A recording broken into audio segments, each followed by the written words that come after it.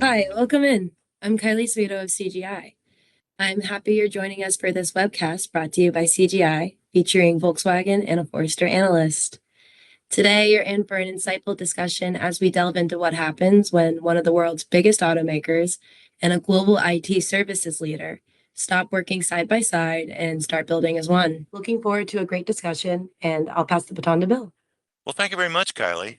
It's really great to be here, and I'm looking forward to the discussion, which we think is an important one, right? About the possibilities of partnership between service providers and their customers. I know we talk about this a lot, right? It's a subject of great interest to our clients at Forrester Research, but there's more to it than just words, right? And we're going to talk today about how to make that real, and no better examples, or few better examples exist than the case of Marvin. But you may be wondering, what is Marvin, right? And well, just to make it very clear, Marvin is the name that has been chosen to refer to a new independent unit dedicated to software development that has been created in the context of a 10-year contract between CGI and Volkswagen for the exclusive use of Volkswagen. And there's a lot of issues we're going to get into today, so let's get right to it with our first question. I guess you could argue, and I certainly would agree with this based on what we've seen, it's a timely topic and one that really gets to the heart of what it means to be a partner between, let's say, or established partnership between service company and a customer. And we'll explore some of the issues associated with that today. But, in starting out, and I'd like to turn to you, Cornelius, representing Volkswagen, of course. What specific technology and operational challenges led you to consider this type of arrangement? Which I agree, in my experience at least, it's somewhat intimate, right? And certainly more than the typical partnership that we see. So maybe you could tell us and help us set it up as to how this came to be. Yeah, thanks, Bill, and hello to everyone. Yes, we have some major issues we want to tackle with this kind of partnership that you introduced with Marvin, so our corporation. One of the top topics is definitely the modernization of our IT landscape. It's really huge with thousands of legacy systems, and we want to tackle that problem and really reduce complexities there. So we also need, and the whole automotive industry needs this, so a big transformation process with faster processes, also more efficiency. And we really want to start with the IT there. It's very important for us. We want to lower IT operating costs, but of course, we want to handle also projects and products much more faster than in the past and reduce complexity by ages. So strengthening our global software competence is very important for us. So that's logical then to bring in one of the great partners in software development with CGI. And it's not a head start or a quick adopter in the case of we didn't know the company before. We had lots of good experiences, and that was a logical step in the way, you might say, to do this. And as you said, it's not a very typical one. It's a big time, really an age where we want to partner together. And that's why we want to start the initiative, or have started years ago, to strengthen our long-term competitiveness and the digital capabilities with a partner like CGI. Okay, great. Well, one of the things that we have discovered, and I'm glad you asked or answered the question that why CGI, but our clients historically, in my experience, have, let's say, established a preference for not only technology expertise, right? Of course, domain expertise, but also vertical industry expertise, even when perhaps the services rendered weren't even that, vertical specific. And I'm just curious, how do you address that? And how did that desire, if you indeed felt that desire, influence the formation of this unit? And how do you maintain a balance between those poles, so to speak? So definitely we need both experiences and both competences. That's exactly right, as you say. Maybe in the past that was different, but the automotive industry is so complex with those specific processes that we really need proven expertise on the automotive field. And on the other hand, also very important, really experts and guys that know their stuff about IT engineering, IT service, and all these kind of stuff. It's really necessary. So for it's a major strategic move to really bring together those competences. And as you already said, it's not like it's okay when it's on the paper. We really need to have the feeling that it worked out for long years already. And that's what we have there. So we have a long-standing successful collaboration already in the past. And this is why we said, okay, this is the next stop. And also we wanted to secure it in a way that we have a partnership that is really for the long run. So not the 100-meter sprint or something, but really for the long run to secure also newly coming up knowledge in the automotive processes, because they also change very rapidly. Example is software-defined vehicle. 10 years back, it was not that kind of a stuff or a topic, but now it is. Without that, you have no chance, and that's one of the points that comes on top of it. But to be honest, also some references from also other industries are important for us. So it's also interesting for us to get some feedback how other branches are acting on topics like IT, modernization of landscape. So this is also interesting, but the foundation is definitely a long partnership with automotive and also IT expertise. You know, I'm glad to hear you say that, that idea that you are looking for inspiration from other industries in addition to the automotive, which of course is not suffering for a lack of change, right? And challenge. We'll get into that. We see a lot now in our dealings with clients of our own, and the idea that, you know, they want, as we said, vertical industry expertise along the domain, but they also want to have the best of both worlds, right? When it comes to, let's say, cost-effective service, right? They don't want to give up on that, but yet they want that trust. They want to be able to co-create, right? They want to be able to hold their vendors and suppliers, not necessarily at an adversarial arm's length, right? But close and a spirit of true collaboration. I'm just curious, you know, like, all right, I know you say you worked with CGI, that you were no strangers to them, but you know, nevertheless, how did you get this thing started? You know, what was the process as to, you know, how to make this go? So Cornelius, do you have actually, oh, go ahead, yeah. please. So thanks, Bill. Yeah. So actually, we started with a lot of workshops, thinking about where do we want to go in future? What are common goals we have? What are the important things for Volkswagen? But also, what is what is bringing CGI to the party? And we focused around a very specific transformation topic we have. So we have a lot of included cooperation with business units, technical development, for example, developing, for example, the vehicles like we have in the back. And we wanted to discuss how we can transform this into the future, how we get the collaboration going. So what we had was really good workshops, and then looking for the solutions that will help us bring this partnership to a long run, as already mentioned. So it was not starting from a classical RFP approach. Of course, that was where we gained trust over the long years we had, of course, but it was now something, okay, how would a strategic partnership look like? What are the important goals? What are the common KPIs?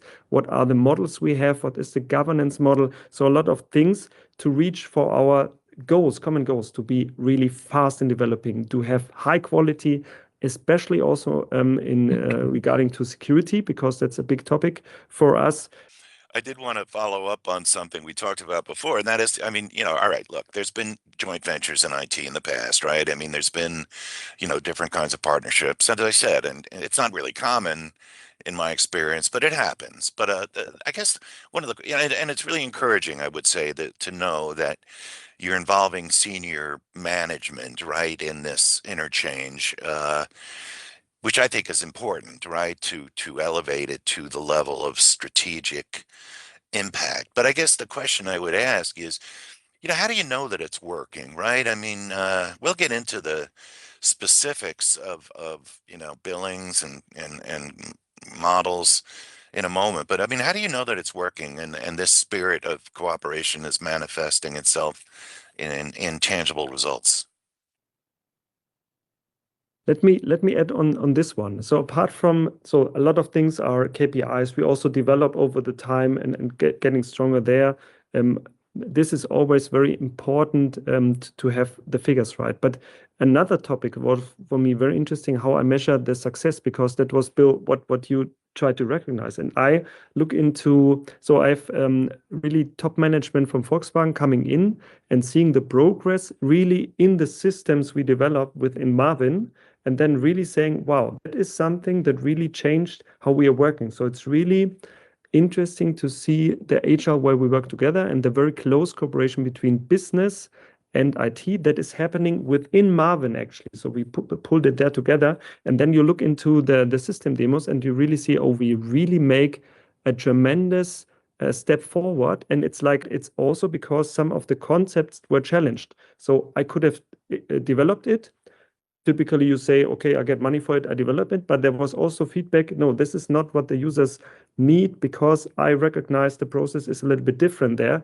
And then you see that it really comes to the point where top management of different brands of Volkswagen Group experience the system demo and then say, yes. No, that's fantastic. I really want to double down on that, but that issue of working without a scope, I mean, it's really fairly, I don't know, radical, maybe too strong a word, but it's an exciting idea because as you know, I mean, a lot of relationships struggle with how to build in transformation into what is otherwise a standard, more or less managed services contract. But before I do that, but now it's back with a vengeance. And one of the things that's different this time. The models and bring corporation together, take over responsibility in the right way. And we do this all over the world. So we need a partner that is also capable to do this. And that was one of the important aspects. And if you look into shoring, Bill, so classical things I know a lot of people did 10 years ago. We also, but if you really want to be very, very quick and fast with this, you need partners that can take over great complexity with a lot of different vendors and a lot of different topic, and then help us shoring this quickly, because this complexity hinders or helps or gets us struggling with the fastness of shoring, for example. And that's also something that CGI and MARV1N is helping us a lot with. So reduce complexity and then implement our strategic goals with shoring. No, that's pretty exciting. As I promised, I wanted to double down and get back to this question of managed services maturity. I believe you have alluded to this, the idea that maybe not, RFP based. I know we've heard about models of that type. In terms of delivery and pricing models, I mean, as an industry, the managed services industry, we've been through a series, right? Input based, time and materials, capacity, managed capacity or defined capacity, using teams now, and of course, output driven, and as well as outcome based, right? Which I believe, I'm just curious, how do you feel about that in the context of MARV1N, and what does the maturity of this next generation managed service mean to you, and how do you manifest it in the context of MARV1N? We are sitting together in a decision board. We are looking at the contract. Yeah. The contract is flexible enough, and we are already always working in adaptations to it and putting additional points to it, like we do it now. For example, if the KPIs are not sufficient enough, we want more, we talk about this. So this is a little bit also with the partner structure, that the partnership we have aligns to the topics we want to solve. And that's a very interesting and cool way of doing it. And we're sitting together there actually also with colleagues from business of Volkswagen and colleagues from Ralph, really to move it forward in a way so that both sides, as you say, feel like being in the driver's seat and not some looking at the train that is going in the direction that you don't want to go. One thing, it's interesting you say that, because I know that in some recent research we've done on the emerging AI Mhm. vendor ecosystem, I heard a lot of times like, oh yeah, time and materials is dead, but it's remarkable how many of our clients, still are bound up in that phenomena you described, right? Where they're still engaging time and materials basis on a staffing model.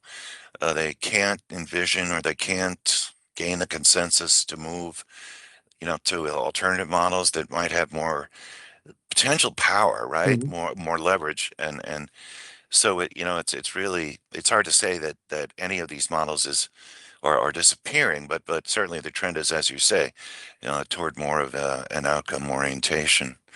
But one thing I'd like to ask in terms of follow-on, and I think you alluded to this already, that clearly the cultural alignment is high, right? You guys are having a great time there with your meetings and cheering each other on and all that. I know that that doesn't happen in a vacuum. I mean, but it's been one of the major challenges, I feel like, in terms of having a successful relationship between a customer and a service provider, and probably given maybe not as much attention as it deserves, at least according to some of the survey data that we have, right? People tend to gravitate towards the cost, right? The expertise, the flexibility, but cultural alignment is key. And I guess it kind of begs the question of, how did you get to where you're at? I know you had the deal before, and you've been, that served to help. But I mean, what tangible steps have you taken, if any, to ensure that cultural affinity? So first of all, to be honest, I said in the beginning that we had those workshops together, and one of the topics is we recognized as a first step, culture is very important. If you want to move on there, it is an important topic we have to discuss and have to look at. And so one thing is, of course, then that you put down some values or these kind of stuff. Okay, that's just an exercise. But what really happens is people are watching what is the leadership doing. And we had on all levels, we brought together the leadership. So my boss is Hauke Stars, the member of the board of IT of Volkswagen Group, and we brought her together with the CEO of CGI, and on all levels we tried to bring it together, and also really saying that we are role models how to work together. So building up trust, and that's what people see. If you I would say culture is easily back down. Yeah, in a way you can easily be a bad role model, but before, and that's what we are also focusing on. And if there are topics that the results from whatever side are a little bit in difficult range, so have to focus on at the starting point, and that's what we actually are doing and what we're living on all levels of cooperation we have there.